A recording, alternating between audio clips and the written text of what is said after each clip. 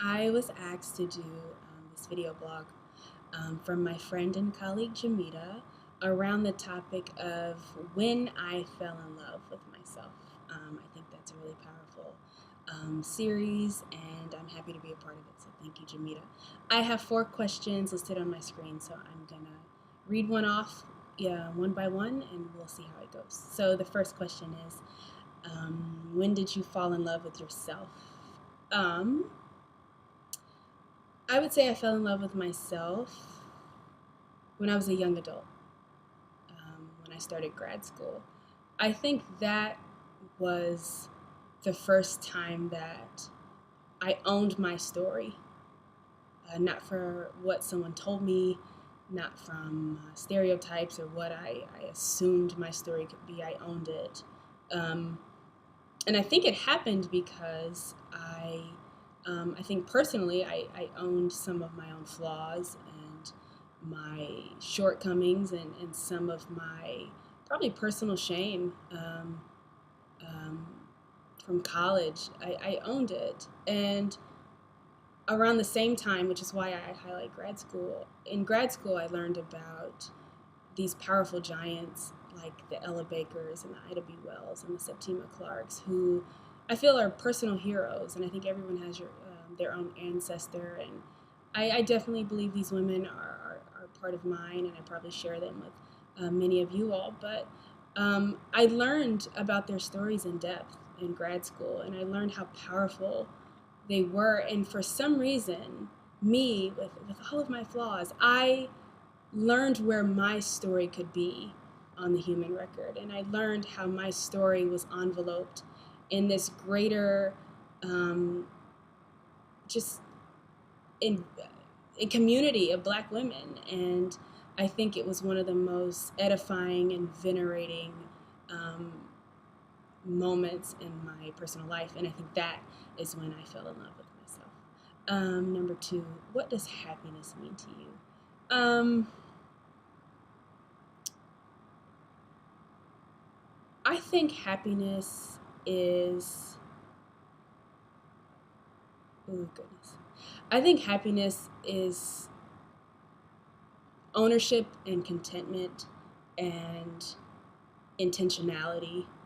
Um, and I think it's something that you negotiate every day. I think Black women are extremely ambitious, and I'm so empowered by so many Black women and some of the communities on social networks that I see we are so ambitious. And I think in that, though, it's easy to think that the next milestone or the next degree or the next conference or the next journal publication or whatever, that will somehow bring more fulfillment. But I think it's deeper than that. I think it's something that you wake up and you negotiate every day, and I think it's something that you have to be unapologetic about. And I think it is, I think it's just important for us as Black women to take ownership of it.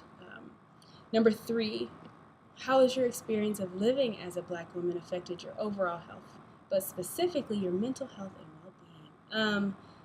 I immediately thought physical health. Well, I will talk about physical health actually, and then I'll go into mental health and well-being.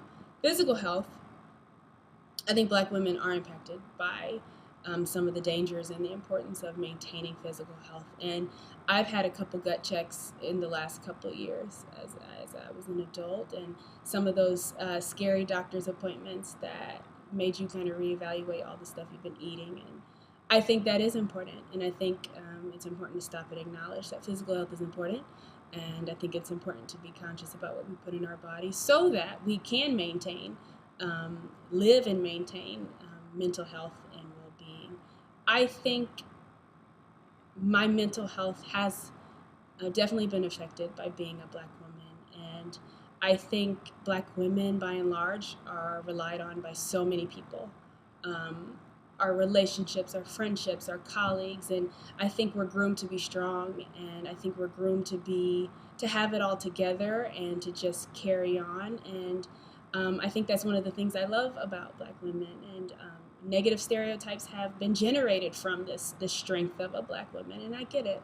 But I don't think any woman is an island, And I think sometimes in order to maintain mental health and well-being is making sure that we have spaces of release and vulnerability, and having spaces where we can unwind and let go and vent and not have it all together. And I think it comes from surrounding yourselves with a good community of women, yes, of women of color, yes. I think it's keeping that kind of support network around you and being intentional about seeking those people out, even in spite of us always having it together. And I think even now, I have to be intentional about that. And thankfully, I have friends that reach out sometimes and just want to make sure, like, let's just go get a margarita and just not talk about academics or not talk about that, and just, I think that's important. I think indulgence is sometimes important, and putting yourself first is important. And I think that helps to maintain my mental health and well-being. The last question, how can you honor yourself today and every day? I think you can honor yourself by just being, I think, unapologetic about self-care. And I think sometimes we were made to feel guilty about